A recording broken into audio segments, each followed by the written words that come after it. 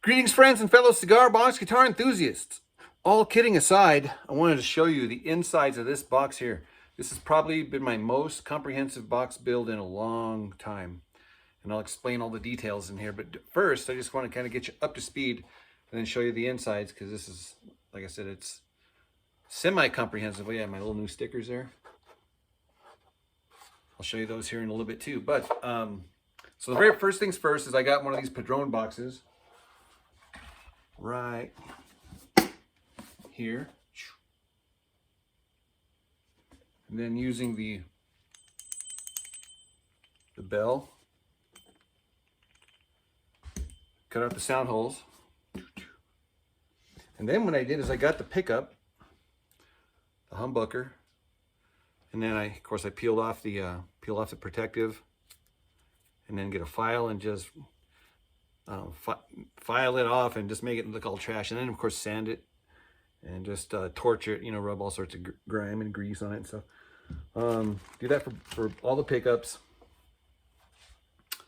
Oh yeah, and then what I do is I get the pickup itself and then put it on the box. Wow, where's the box? Here it is. Put it on the box where you want it, draw it out with a pencil, get a little drill out all the little holes around it, and then just push it out. And you get the little perfect fingerprint, perfect footprint for your pickups. Of course, you're going to go back and file them and sand them. So that's how we got it up to here. And then, of course, the jack. On the jack here, well, let me show you the inside here. But the jack is a little bit special. Of course, just the switch and then the volume. Notice how there is a piezo right underneath here. So yeah, I want to talk about this here in a little bit. First, the neck. So this is going to be a 4-string, but the 2 high strings are going to be coursed together as one double string. Can you see the fret there? So it's like the high string is going to be like a 12-string kind of style guitar with normal strings here. So yeah, so 2 strings are going to go through here, and look, if you look how I offset this, I was trying to be strategic there. So I'm curious to see how this is going to work out. I almost don't have enough room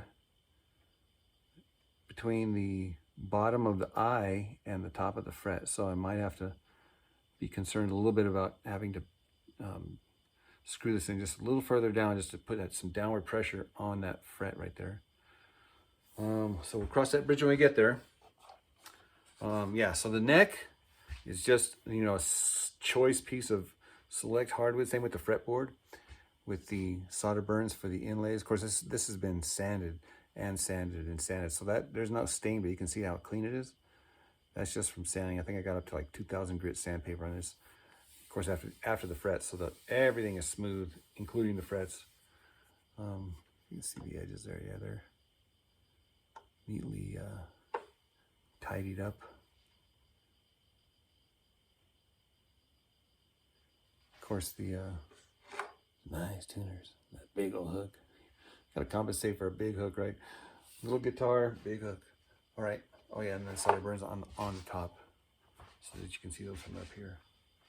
So yeah, so I mean, aesthetically, you know, of course, everything's been dark stained, sanded, and then dark stained, and then sanded. We got the hook here, or not the hook, but the eyelet here for a strap, and I'll probably do one down here also. Okay, so yeah, let me start getting into some of these details here, because like I said, this is semi-complicated. All right, stick around. So first things first, with these Padron boxes, they come with these little inserts here that you can just pull out. And man, these things are great.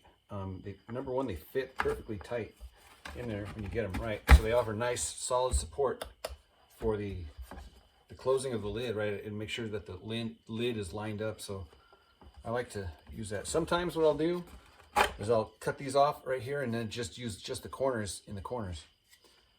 That's one strategy. The other strategy is what I'm doing in this box here, and that is I just get some glue, and I glue the entire side here and the inside of the box here, and then clamp it together and let it set overnight. What that does is it really makes for a super sturdy box, right? I mean, that thing is like solid now, which is perfect for an electric guitar, by the way, too. Nice, sturdy. Remember I told you that this jack is kind of a special case. So I don't know if you can see that or not, but this part here is cut away. I did cut that away. So it's the thickness of this wall here is only the cigar box, not the cigar box and the insert. And then I resumed it up here, so the back and the top, everything else, the entire box, otherwise, except where you cut it out, is got the reinforcement of all these little dudes. Yeah, so these things are actually cool. You can, like I said, you can use them for anything. This is just one aspect, so don't just throw them away. Right, I'm gonna try my best to explain the inside here. So the very first thing is, since these are cut out, I just closed it down and then drew out on the neck where to cut out. Then just using a regular saw, I just cut grooves and chipped it down to the right level that I needed for both pickups, so that the strings come over the pickup. So yeah, so you gotta lower this guy just a little bit. So you just bevel it out. And then I hot glue it and then put it in place and make sure everything's nice and in alignment with the hole, and then let the hot glue set. And I go back and then bend those tabs down and screw that in. This I don't have to worry about because this has been trimmed down and this fits nice and snugly under the box, right? You can see right here, maybe. Yeah, so I don't have to worry about that because this one here is gonna be sandwiched in place, and this one here is screwed in place there. So this have double security on both of those, but they are definitely snug. And then of course the piezo. So whenever the switch is in the treble position, it's the humbucker that is wired to that side there. Of course, and it's on this side here, it's the single coil and the piezo. And I tried to put the piezo on its own separate thing, but I couldn't figure it out. So I ended up for my favorite option, which is the piezo plus a single coil in the neck. So that is when it's in this position here. When you put it in the middle position, of course, you get all of them. The piezo, the humbucker, and the single coil, all three at the same time. That's going to be interesting right there. So this one here has got tie wraps everywhere. I kind of went crazy with the tie wraps. So a lot of ground wires. I ended up, the lead that came from the humbucker is the dark one there. So I ended up just folding it up and using the ground wire, and then the hot part of the humbucker went to the side of the switch, so that when it's in this position, it's engaged. And so when it's engaged in this position, which is this side here, I actually jumpered the piezo along with the neck single coil. So these are all tied together here and then sent to the other side over here. So when it's in this, like I said, so when it's in this position, you get all three. This one here, just the piezo and the single, and this one here, just the humbucker. And like I said, I tested it out. Everything works fine. I did want to show you. The last interesting thing about this one here is, see this diagonal cut underneath, right where the screws go in for the hinge. So we got the hinge on there. I already marked it off, drilled the holes. All right, we are strung up with the 44 tuned to E, 34 tuned to B, and on this double course I have a 26 and 11, and both of these are tuned to E.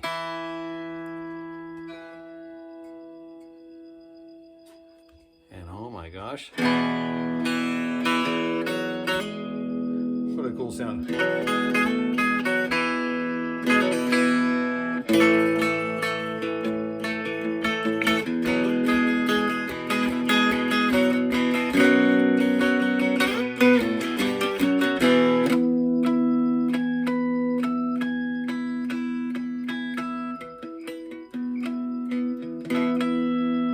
Wow, so fun, my gosh.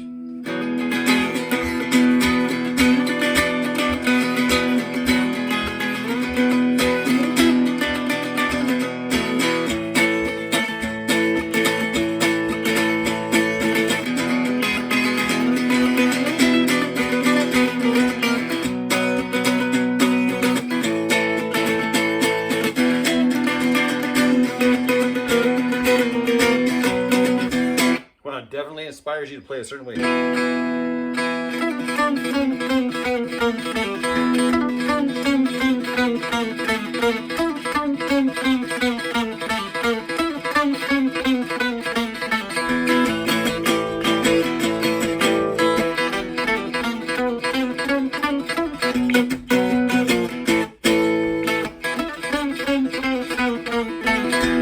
Wow. So strange. Strings are still stretching.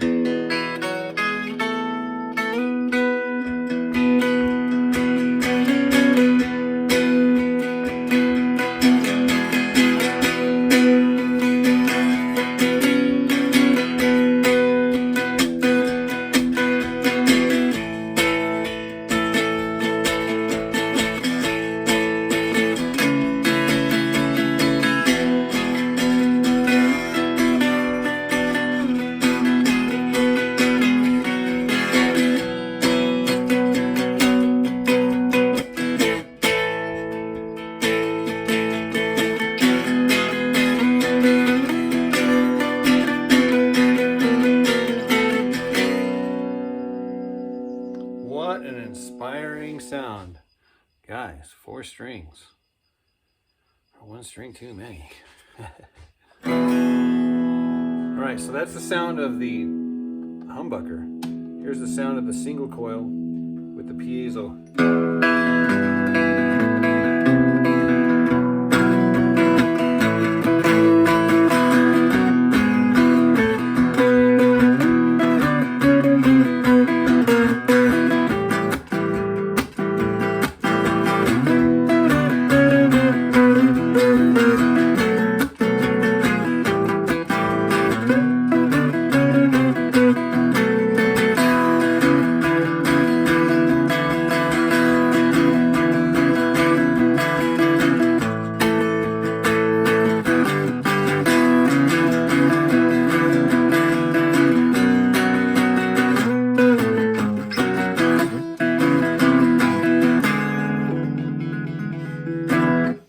This is the piezo plus the humbucker plus the single coil. This is everything.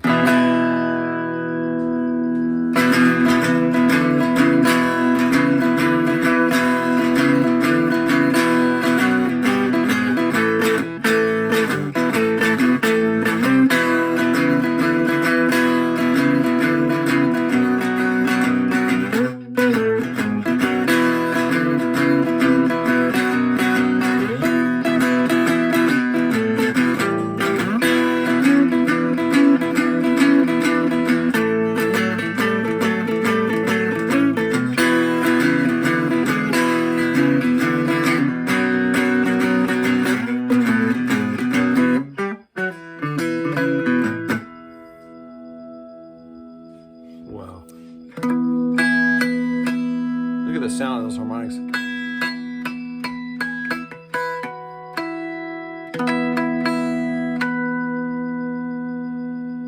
Wow, so inspiring. So inspiring. Okay, for this outro, I'm going to sing you the sing-along song. And the sing-along song is just a silly sing-along song. You don't really need to sing along, but if you want to sing along, you're more than welcome to sing along.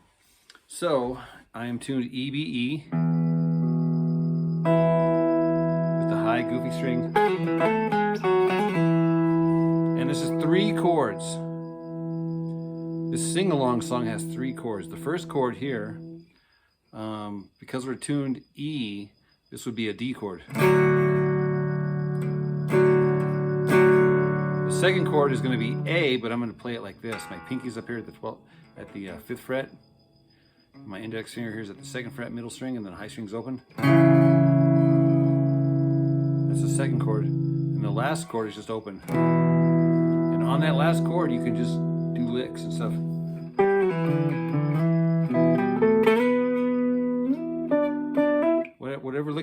Whatever lick you want to do, that's where you do it right there. So the first chord is this one here. D to A, and then open, which is E. And then you do a little riff. But these are the words. The words are Sing along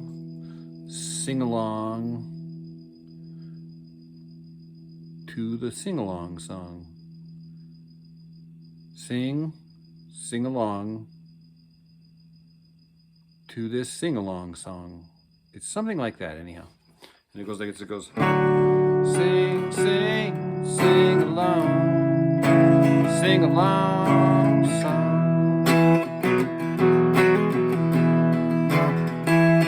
Sing along song, oh everybody sing along with my song.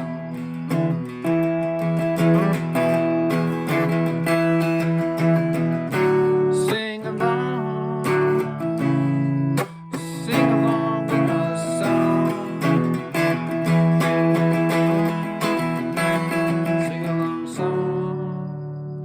Sing along song, sing along song, sing along song.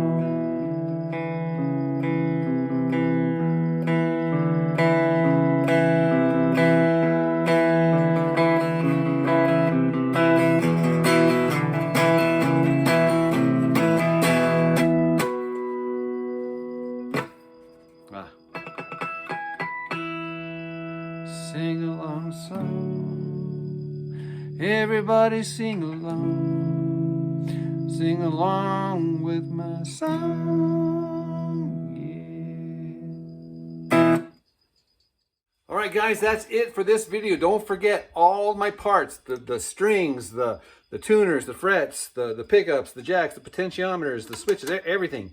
You can get at cbgiddy.com, and if you use my affiliate link located in the video description below, you'll be helping support this channel.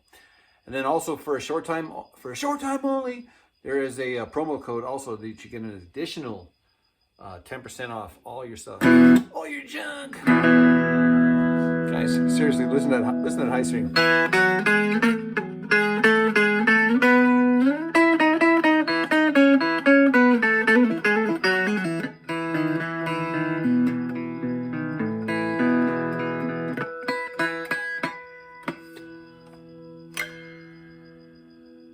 All right, guys, cheers, and God bless. We'll see you.